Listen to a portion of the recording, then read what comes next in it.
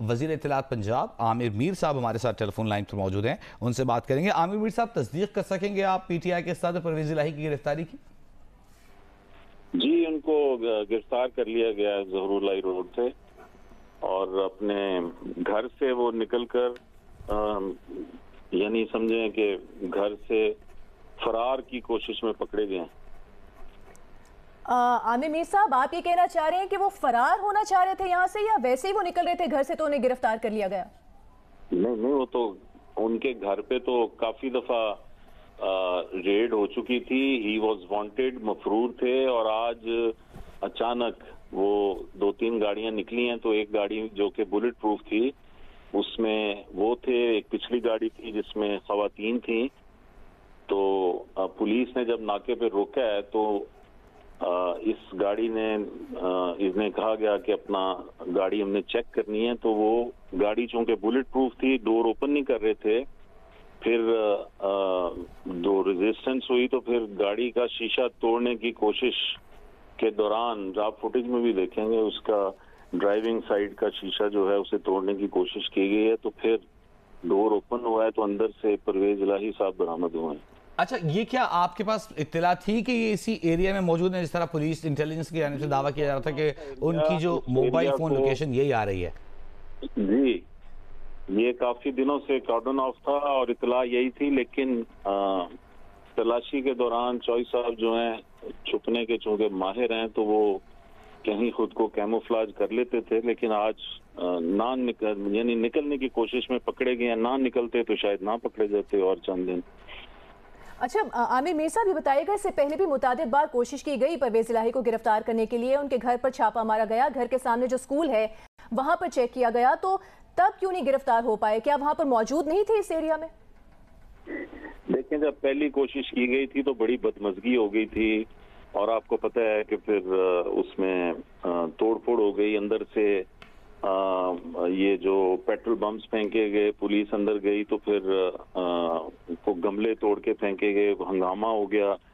फिर बदमजगी के बाद फिर चीफ मिनिस्टर को जाके, तो चूंकि चौधरी शुजात के घर में भी गलती से पुलिस वाले चले गए थे तो उन्हें आमिर मीर साहब ली जा रही थी जिस तरह। जी। अच्छा, हम ये जानना चाह रहे हैं कि इनको किस मुकदमे में गिरफ्तार किया गया है? क्या आप हमें ठोस मालूमात दे सकेंगे? जी, ठोस मालूमात थोड़ी देर में डीजी एंटी करप्शन जो है वो केस की डिटेल देंगे, लेकिन एंटी करप्शन एस्टेब्लिशमेंट ने इनको अरेस्ट किया with the help of Lahore police. अच्छा, ये जो खबरें हैं कि ये एमपीओ के तहत गिरफ्तार किया गया है, दुरुस्त नहीं है? एंटी करप्शन मुकदमे में गिरफ्तारी अमल में लाई गई है, ये है? एंटी करप्शन के मुकदमे में, और इसी में उनकी बुरी जमानत खारिज थी और ही वाज वांटेड, और इसी में वो मफरूर थे। क्या 9 मई के वाकयात में भी कुछ मुकदमात में ये नामजद हैं परवेज इलाही साहब, आमिर मीर साहब? इस हवाले से मुझे कंफर्म नहीं है। ठीक है, इस हवाले से आपको पंजाब पुलिस बताएगी। मेरा वैसे ख्याल नहीं है कि, लेकिन हो सकता है कि कोई केसेस ऐसे हों। अच्छा आमिर मीर साहब, जैसे अभी आपने थोड़ी देर पहले बताया है कि पहले जब कोशिश की गई इन्हें गिरफ्तार करने के लिए इसी एरिया से, तो रेजिस्टेंस का काफ़ी ज़्यादा सामना करना पड़ा पुलिस टीम्स को, एंटी करप्शन की टीम को, और बदमजगी पैदा हो गई। तो आप क्या हमें मालूमात दे सकते हैं कि उन दिनों में भी क्या आपको कंफर्म था कि परवेज इलाही इसी ही रिहाइशगाह में, इसी ही एरिया में मौजूद थे, और वो ऑन पर्पस बदमजगी पैदा की गई थी उनकी गिरफ्तारी को रोकने के लिए उनकी जानिब से? जी, ऐसा ही था। चूंकि फिर उसके बाद जब ये ऑपरेशन हो गया और परवेज इलाही नहीं हाथ आए तो फिर उन्होंने जमानत ले ली थी। फिर उसके बाद वो बाहर भी आए, फिर उन्होंने 2-1 प्रेस कॉन्फ्रेंसेस भी की। फिर इसके बाद उनकी ये एंटी करप्शन के केस में जमानत कैंसिल हुई तो फिर से वांटेड हो गए, और अब वो आज पकड़े गए।